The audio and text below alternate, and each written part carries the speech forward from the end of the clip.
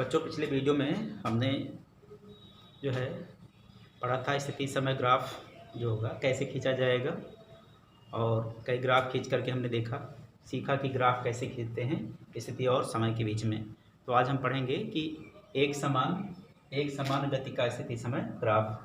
यहाँ पर एक ग्राफ प्रदर्शित है स्थिति और समय के बीच का, ठीक है।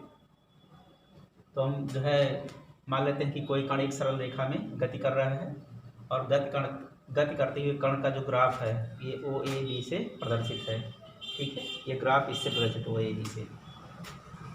अब इस ग्राफ के माध्यम से हम क्या करेंगे, कण का वेग निकालेंगे, ठीक है। तो मान लीजिए कि किसी क्षण कण जो है बिंदु A पर है। कहाँ पर है? बिंदु A पर है, ठीक है। और जब ये बिंदु A पर है तो उस क्षण कण का जो समय हो गया है t1। अब t1 के संगत समय t1 के संगत इसकी स्थिति जानने के लिए यहाँ पर इस पर हम डाल देते हैं। यह स्थिति क्या है? S2, ठीक है। और जब कण बिंदु B पर है, कहाँ पर है? बिंदु B पर है, तो उस समय उसका समय क्या है? t2 है। और इसकी स्थिति क्या है? ये S2, ठीक है। t1 व t2 समयों के संगत जो है कण की स्थितियाँ क्या है? S1 व S2 है। t1 व t2 समयों के संगत कण की स्थितियाँ क्या है? S1 व S2 है, ठीक है। अब अगर हमको कण का विस्थापन जानना है, ठीक है, कण का विस्थापन क्या हुआ है तो कहाँ S1 से कहाँ पर गया है? S2 पर, ठीक है। ये स्थिति S1 है और स्थिति क्या है? S2 है, ठीक है। और हमको क्या निकालना है? कण का विस्थापन। तो अगर कण का विस्थापन निकालना है तो देखिए इसको आगे में से इसी के समांतर एक लाइन ऐसा खींच लें। तो देखिए ये स्थिति क्या है? S1 और स्थिति क्या है? S2, ठीक है। स्थिति S1 और S2 को प्रदर्शित कर रहा है। तो S2 माइनस S1 का क्या है? कण का विस्थापन। कण का विस्थापन, तो कण का विस्थापन अगर इसे डेल्टा एस से लिखें, किसे लिखें? डेल्टा एस से लिखें, तो ये अंतिम स्थिति माइनस प्रारंभिक स्थिति, तो ये हो जाएगा S2 माइनस क्या हो जाएगा? S1, ठीक है। कण का विस्थापन ये हो जाएगा आपका delta S, S2 minus S1, ठीक है। और समय अंतराल क्या होगा? तो समय अंतराल को हम लोग डेल्टा टी से लिख ले रहे हैं। और ये डेल्टा टी कितना होगा? t1 से चल के कहाँ तक गया है? t2 तक समय तक चला है। ये समय अंतराल हो जाएगा t2 माइनस t1, ठीक है, इस तरह से। और यहाँ पर हम एक बिंदु मान लेते हैं, ये क्या है? C है, ठीक है। ये जो हमारी रेखा है, ठीक है, इसके साथ मतलब जो क्षैतिज रेखा खींची गई है एक्स अक्ष पर, जो समांतर रेखा उससे कितना कोण बनाती है? थीटा कोण बनाती है, ठीक है। अब अगर हमको क्या चाहिए? वेग चाहिए। वेग, कण का वेग चाहिए। तो वेग भी बराबर हम जानते हैं विस्थापन बटे क्या होता है? समय अंतराल। विस्थापन बटे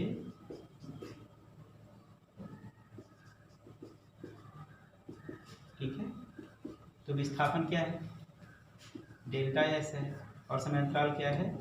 डेल्टा टी है। जिसे कैसे मिला आपको? S2 minus S1 upon T2 minus T1 है ये, ठीक है। ये है आपका वेग, ठीक है। और एक चीज़ हम ये देख रहे हैं, इस त्रिभुज ABC में ये आप देख रहे हैं, ये डेल्टा टी है। ये समय क्या है आपका? यहाँ पर टाइम है T1 और ये टाइम क्या है? T2। ये समय कितना है आपका? T2। और T2 माइनस T1 क्या है? समय अंतराल। इसी तरह से S2 माइनस S1 क्या है? ये S2 और ये क्या है? S1। S2 माइनस S1 क्या है? ये विस्थापन है।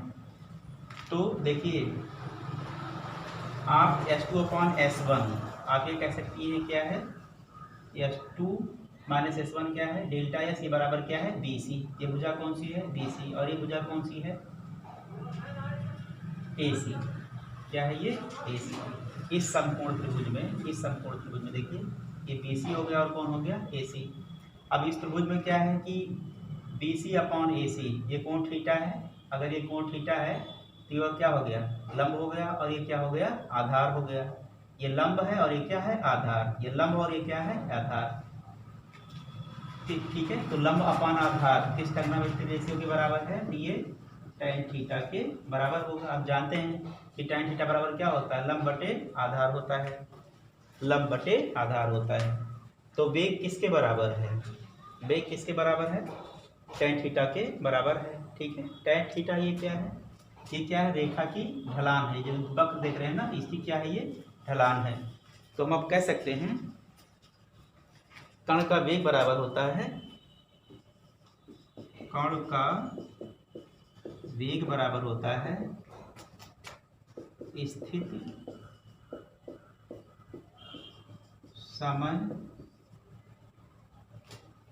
स्थित समय वक्र की ढाल।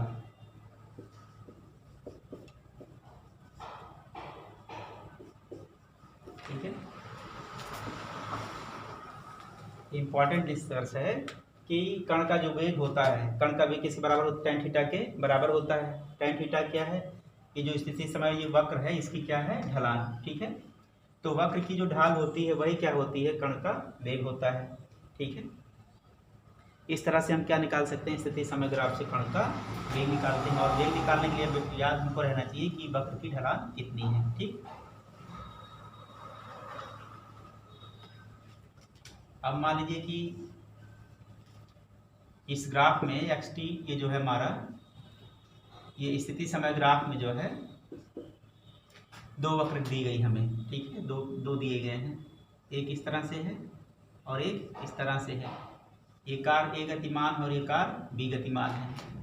ठीक है, अब आपसे पूछा जाए कि किसकी चाल ज़्यादा है, ठीक है, या किसका वेग ज़्यादा है, तो जिसकी ढलान ज़्यादा होगी, जिसकी ढलान ज़्यादा होने का मतलब देखें, ये θ1 है और ये क्या है, θ2 है। ठीक, तो हम देख रहे हैं कि ये वाला θ1 θ2 से कैसा है, ज़्यादा है। अगर θ1 θ2 से ज़्यादा है तो इसका मतलब क्या है, इसकी ढलान ज़्यादा है। अगर इसका ढलान ज़्यादा है तो कार B का वेग कार के A के वेग से अधिक है।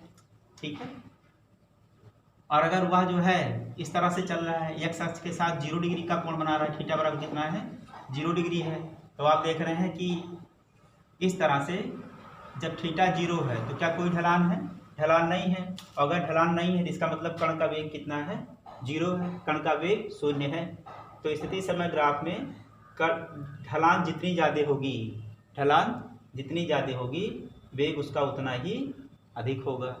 ठीक है, ढलान जितनी ज़्यादा वेग उतने अधिक, और अगर ढलान जितना कम वेग उसका उतना कम। अगर ढलान 0 हो जाएगा तो वेग उसका 0 हो जाएगा। ठीक है, अगर ये इस तरह की ढलान है, प्रवणता ऐसी ही है, थीटा देख रहे हैं 90 डिग्री से ज़्यादा है। ठीक है, थीटा ग्रेटर देन 90, तो अगर थीटा ग्रेटर देन 90 है तो इसका वेग कैसा होगा, ऋणात्मक होगा। अगर ये कंडीशन है, थीटा 90 से ज़्यादा आएगा तो कण का वेग कैसा होगा, ऋणात्मक। लेकिन अगर थीटा जो है इस तरह से आप देख रहे हैं, इस तरह से है, जैसा मैंने आपको बताया था 90 से क्या था, कम था, तो उस समय वेग कैसा था, पॉजिटिव था। ठीक है, तो अगर कण का ढलान अगर ज़्यादा है, ढलान कैसी है, ज़्यादा मिल रही है, ढलान ज़्यादा मिलने पर क्या होगा, वेग उसका अधिक होगा। ढलान नहीं होने पर वेग 0 होगा। थीटा का मान 90 से ज़्यादा आए अगर जो है, इसका मतलब वेग कैसा है, ऋणात्मक है। ठीक है, तो हम लोग स्थिति समय ग्राफ से क्या कर सकते हैं, किसी गतिमान कण का वेग निकाल सकते हैं, उसकी ढलान को देख सकते हैं। ठीक है, जैसे अब आपके पास एक प्रश्न है, ये x अक्ष और ये क्या है, y अक्ष है। ठीक है, ये मूल बिंदु है। अब कोई कण जो है इस तरह से गतिमान है, ये वक्र आपको दिया गया है, ये O है समझ लीजिए, और इवन 0 भी यहीं से नापा जाएगा टाइम, A B C। ठीक है, यहाँ पर 5 सेकेंड, 10 सेकेंड, और ये समय कितना हो रहा है, 15 सेकेंड।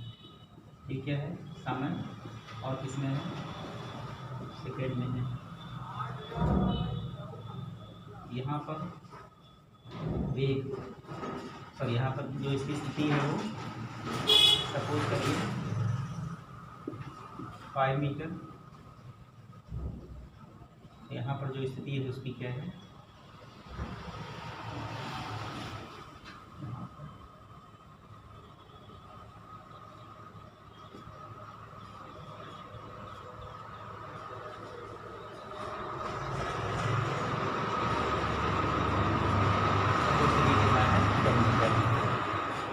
ठीक है। और आपसे कहा जा रहा है ग्राफ के भाग OA, AB तथा BC में, ठीक है,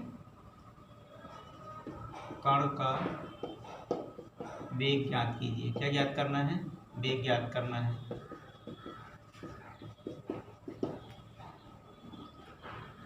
तो अगर हमको वेग ज्ञात करना है तो यहाँ से देखिए, सबसे पहले वही भाग में देखना है। अगर वही भाग में हमको वेग देखना है तो वही चीज़ हमको रेखा की ढलान चाहिए, रेखा की ढलान, ठीक है। या आप ये कह सकते हैं अंतिम स्थिति माइनस प्रारंभिक स्थिति S2 माइनस S1 अपॉन क्या T2 माइनस T1, ठीक है। और इसी के बराबर क्या होता है, वक्र की ढलान होती है, ठीक है।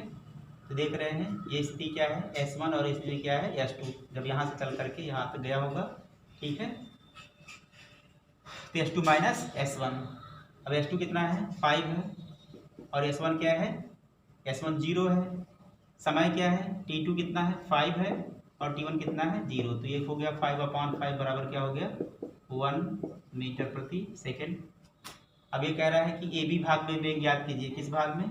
AB वाले भाग में, ठीक है। तो यहाँ पर देख रहे हैं ढलान कितनी है, यहाँ पर ढलान कितनी है 0 है।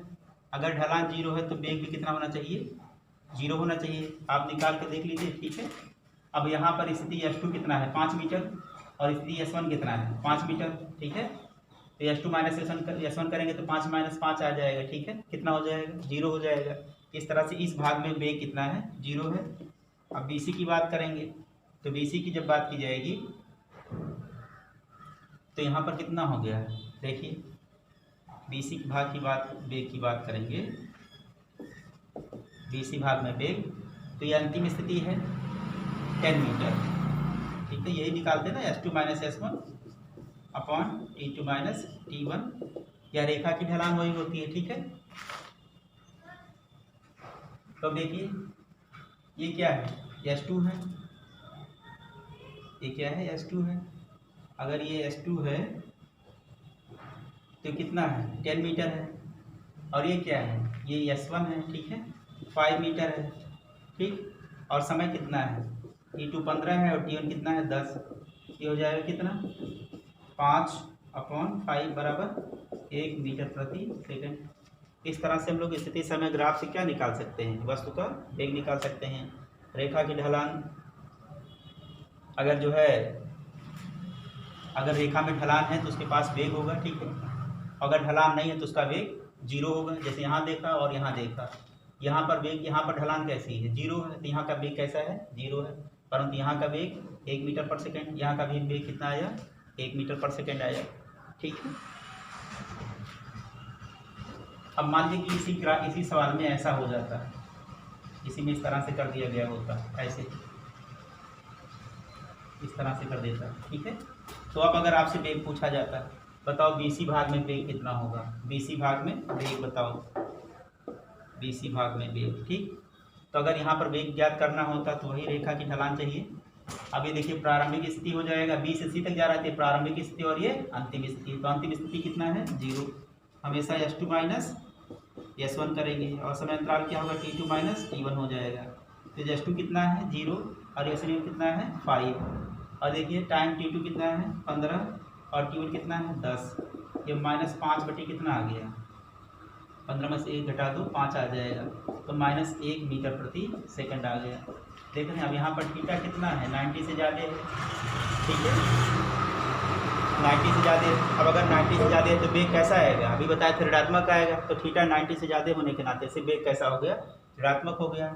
तो यहाँ पर जब देख, ठीक है, ये पॉजिटिव ढलान है तो यहाँ पर वेग कैसा है धनात्मक है, और यहाँ पर वेग कैसा है ऋणात्मक है, ठीक है। तो ये कह सकते हैं ये धनात्मक प्रवणता है और ये कैसी है, ऋणात्मक प्रवणता है। इस तरह से हम लोग वस्तु का वेग निकाल सकते हैं। और यहाँ पर आप देख रहे हैं वेग कितना, चूंकि ढलान है ये नहीं तो थीटा 0 है तो वेग भी कैसा रहेगा, 0। इस तरह से हम लोग स्थिति समय ग्राफ से वस्तु के वेग का निर्धारण कर सकते हैं।